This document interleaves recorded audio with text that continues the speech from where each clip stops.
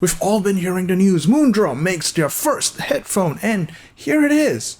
The Void. And as we all know, Moondrop has been absolutely slaying it in the IEM world and has often been touted as one of the best IEM manufacturers today. So the big question is, can they do the same for headphones?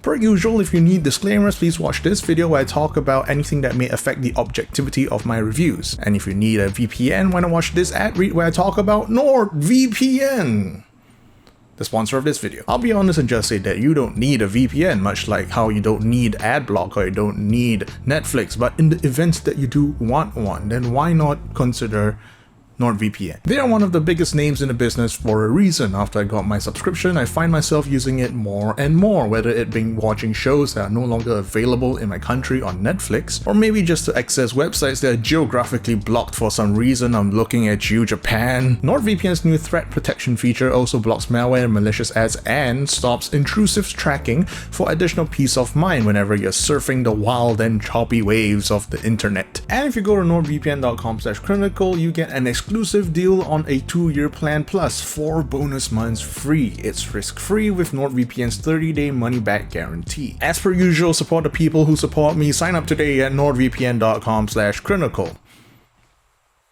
Back to the review. For those who don't know who or what Moondrop is, whether you being new to the hobby or simply just living under a rock for the last 5 years, let me give you a refresher. Moondrop is basically the current superstar of the IEM world. They have a wide range of IEMs and almost every single one of them are considered benchmarks in the price brackets that they inhabit. The $13 Quarks, the $20 Choose, the $40 SSR/SSP, the $80 Aria, the $110 Starfield, the $200 Kato, the $500 variations, the $700 S8, and do I even need to talk about the absolutely legendary Blessing 2? The only model that I can really consider a flop would be the $1,100 Solace, and even then it's just a mere pebble on the tracks that is the Moondrop hype train.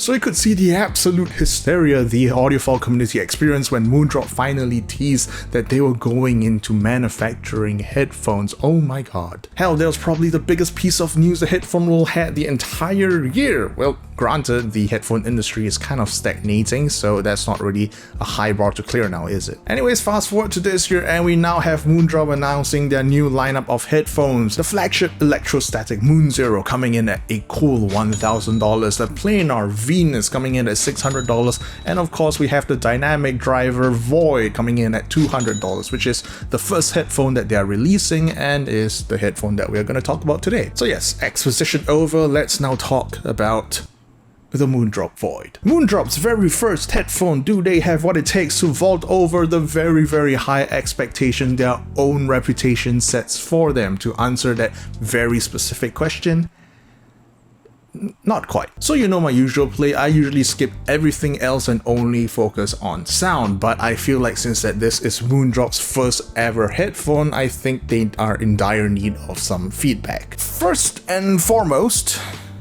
this thing feels cheap. The plastic that they use is very light, and when things start to knock together, things just sound very hollow. In terms of build quality, I have zero praise for the Void.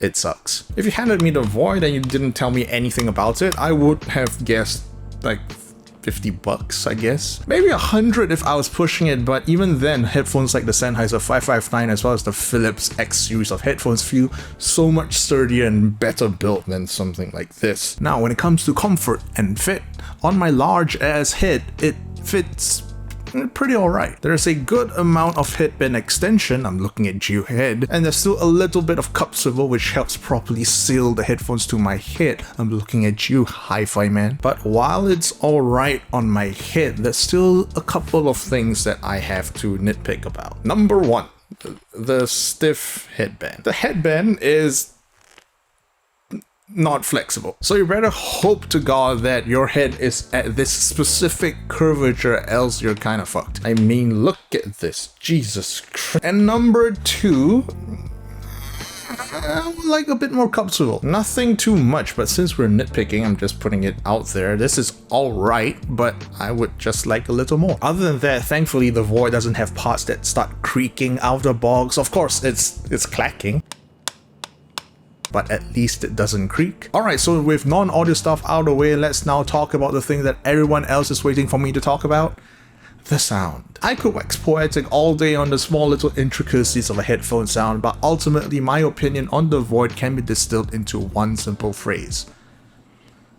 It's okay. The Void sound signature is what I consider warm neutral. There is a bit of a mid-bass slash lower mid hump, followed with a slight depression in the upper mids, which make the frequency response form a bit of a slight downslope. And that is to say, the bass is higher than the mids, which are then higher than the treble, so it goes like a downslope. In fact, it's even warmer than something like the Audio-Technica R70X, which a lot of people already thought was on the warmer side of neutral. There are quite a lot of ways to describe this kind of sound signature. For example, you call it smooth, laid back, non-fatiguing, all of which are fairly accurate descriptors for the Void. From a tuning front, everything is done tastefully. Excellent even. Instruments sound correct, nothing sounds out of place, and so I would score the Void pretty high in terms of tonality. But the big issue is that it sounds cheap. I'm gonna say it outright. The Moondrop Void is not detailed. Leading notes sound very fuzzy and blunted, it doesn't sound very clear, and after a 10-minute session with them, I just don't want to listen anymore. Imaging performance is also not that great, it sounds quite a bit in your face, and soundstage doesn't exactly project outwards very well. This is the kind of technical performance that is far below what I'd expect out of $100, much less $200. This is not a headphone that you would buy if you're looking to squeeze every last bit of information out of your music. In terms of competitiveness within the market, the story doesn't really get that much better as well. If you look at the open backs out there that are available at about the $200 mark, you can see that there's quite a bit of work that is still cut out for the Void. The most obvious choices would be Sennheiser and their HD560S as well as the HD6XX, both of which run absolute circles around the Void, both in terms of tonal and technical performance. Beyerdynamic is another very significant competitor, and while I would not recommend anyone buy the DT990 because of its spicy treble, the DT880 on the other hand is a much more clear competitor to the Void due to their similar tuning styles, and dare I say, I prefer the 880. There's also the very underrated AKG K612 Pro, which is certainly a lot more boring and more sterile compared to something like the Void, but it's still what I consider better, at least under the IEF metric system. And even within the Chi-Fi space, we have Hi-Fi-Man and the HE400 SE or the HEX4 if you're buying from Drop, a very capable headphone at about $100 that I would still pick over the Void for personal use. So with all that said and done, it may seem like I'm saying that the Void is an absolute garbage headphone and you should never buy it. But that's the thing, because at the end of the day, I wouldn't call it bad. If you're someone who's looking for that specific level of warmth that only the Void can provide, then it's really your only choice at under $200. But when we start to throw the question, is it worth the price into the mix, that's where things start to get a little iffy, because value is relative to the rest of the competition. So when we look at the market at a much more abstract viewpoint, we can see that the Void is honestly not that bad of a purchase compared to the other garbage that is available out there right now. For instance, I would pick the Void over the Sennheiser HD559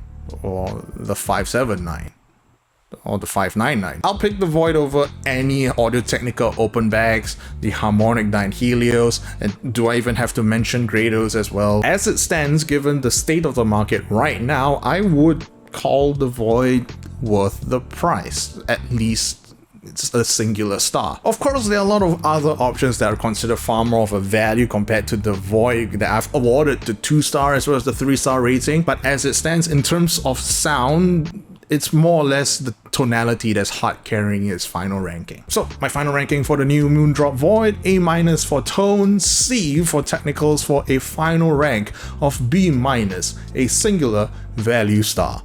Congratulations. I know that this rating is probably going to be a lot lower than what a lot of people are expecting, especially given the hype that this release has gotten, but it is what it is. But lest we forget, I still have to remind people that this is Moondrop's first ever showing, their first headphone. And while I'm also disappointed in both the build quality aspect as well as on the sound quality aspects, I understand that this kind of new releases are going to have some teething issues. Most people don't remember that the original Blessing, arguably the IEM that kickstarted Moondrop's reputation, also had a few problems of its own. It was a full 400 USD for an IEM with a terrible white plastic build and had the limpest bass out of any hybrid that I have heard. But at the end of the day, it was still an amazing IEM and arguably still an amazing IEM now, but my point is, Moondrop still improved on it. Moondrop has the track record of constantly one-upping themselves, even if it means cannibalizing their own product. So while the Void doesn't exactly meet the stratospheric expectations that the Moondrop brand now represents, they also have 2 more headphones coming up. So personally, I'll reserve judgment on Moondrop's headphone making capabilities until I've heard all of them out. For now, while the Void isn't going to be a default recommendation at the $200 mark, they're also better than quite a lot of headphones out there. Again, refer to my headphone ranking list for a list of all the things that they beat. Okay, and with all of that wrapped up, let me now thank my big money boys. Here are all of your names if you have subscribed to the $20 tier on my Patreon. And for those who have subscribed to the $30 tier, allow me to speak out your beautiful names: McMadface, Dennis, Laughing Psychonaut, HK57, Noof, TJ Daily, Chandlero222, Krenagel, Rodrigo, The Angry Persian, Alicia Burrito, Alex, Lawrence, Fred, Andrew, Kevin, Nice Luigi, Nano Nandi, Unemployed Pit, Vanderwit, and Justin. I thank you all. See you all next week, and do not die. Fuck off.